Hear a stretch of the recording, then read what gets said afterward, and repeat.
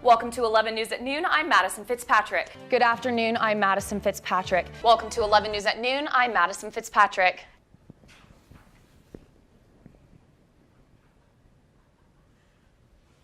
We start with breaking news. The Ogden District Courthouse is clear after a bomb threat. Ogden police say it is no longer an active incident. They are tracking leads on the caller. The courthouse was evacuated immediately following the threat just before 10 o'clock this morning. Breaking news, police arrest a Eureka man suspected in the murder of 2 teens whose bodies were found in an abandoned mine. Dramatic video shows children jumping from the second story of a burning dance studio in New Jersey. 64 people are dead after a mall in Russia burst into flames. This week marks 7 years since the outbreak of war in Syria. It began when 15 boys were rounded up by Syrian forces. 2 Americans are dead after a helicopter crashes in Australia near the Great Barrier Reef. Thousands of Utah students marched to Capitol Hill this weekend, hoping to get the attention of lawmakers. 11 News reporter Oliver Dresden followed the March for Our Lives event in Salt Lake City. Oliver, how was the atmosphere at the march? A 19-year-old girl who fell several times while snowboarding at Sundance Ski Resort is in the intensive care unit at a hospital. 11 News reporter Danny Hallows spoke with the teen's family and friends.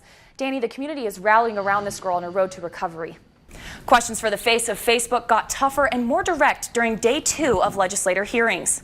Immigration is something many people are talking about in America. Many immigrants are currently working in Utah. Ashley, I know that the Universe is currently working on an article series regarding this. What kind of impact do migrant workers have on Utah's agriculture?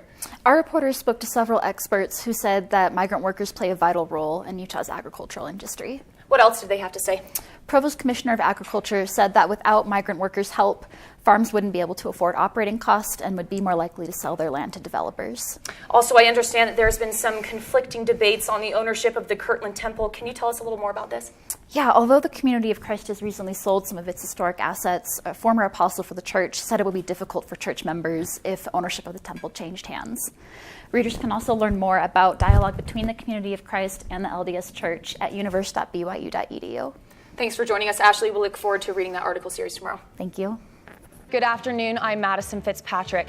President Trump today continued touting his plan to deploy National Guard troops to the southern border of Mexico. There are still questions about the plan, how many troops, what they will be doing, and how much will it cost. In Arizona, the governor is welcoming the plan, tweeting, "Help is needed," while a Democratic congressman from Arizona says he's against it. But deploying the National Guard to protect the border isn't anything new. It's really not that big a deal. It's support to law enforcement. Former Presidents George W. Bush and Obama both deployed troops to the border with a defined mission. The Pentagon says it's still working out the details of exactly what this deployment will look like. We reached out to the Utah National Guard to get an idea of what's next for the men and women in uniform in our state. At this point, they say they're still in a wait-and-see situation. Public Affairs Officer Lieutenant Colonel Stephen Fairborn told us after the president signs a declaration, it can take some time for things to trickle down the chain of command. That includes the Department of Defense, the Department of the Army, and some state agencies. Either way, Fairborn says being deployed is routine for the Utah National Guard. Our service members and airmen, we're always on a little bit on our toes, standing by, ready. While it's been confusing for many, we have continued to deploy people to theaters of war. Only recently, weeks ago, we deployed 130 people from our 65th Field Artillery Brigade. So while many have a belief that these wars and the threats to the United States have stopped, to us it's very real, and to the families of those that are deployed, it's very, very real. Utah's National Guard specializes in special forces, medical, military intelligence, and artillery.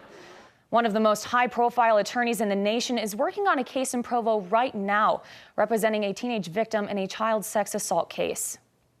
Although the court could still have sentenced this defendant to prison, the fact that the prosecutor had agreed not to ask for prison was very upsetting to the defendant's victim. That's Madison. Gloria Allred's client claims she was sexually assaulted by her stepfather when she was 11 years old and alleges he victimized other children.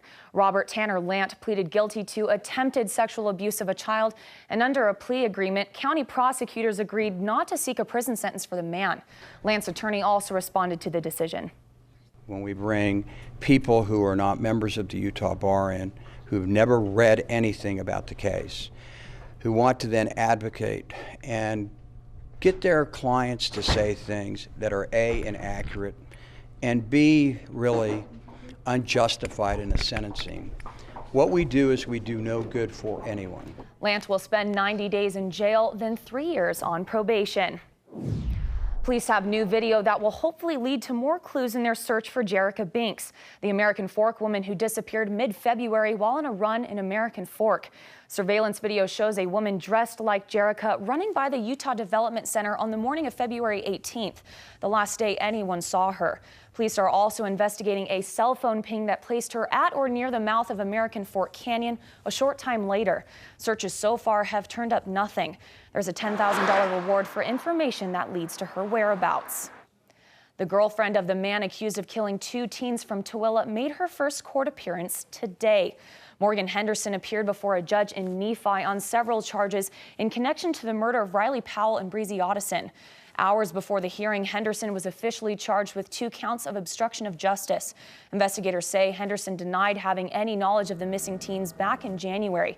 They say she later told them her boyfriend, Jared Baum, killed the teens and dropped their bodies in an abandoned mine. Funeral services for Powell and Otteson are planned for this weekend. The Ogden courthouse was evacuated earlier today after police say a bomb threat was called in. Bomb-sniffing dogs and other crews swept the building and found the threat to be not credible. Once the all-clear was given, court went on like normal for the rest of the afternoon. Ford and General Motors are stopping production on 3 popular cars. The Wall Street Journal reports GM will stop production on the Chevy Sonic, possibly by the end of this year, while Ford will stop selling the Fiesta and Taurus. Trends show consumers buying more pickups, SUVs, and crossovers. Experts believe the trend is being driven by low gas prices and improved fuel efficiency in bigger vehicles. The Division of Wildlife Resources today released 247,000 kokanee salmon into the Provo River today above Jordanelle Reservoir. Wildlife officials say today's stocking is another step forward in turning Jordanelle into an amazing fishery. These fish will eventually grow to be more than 2 feet long. Thanks for watching. Have a great day.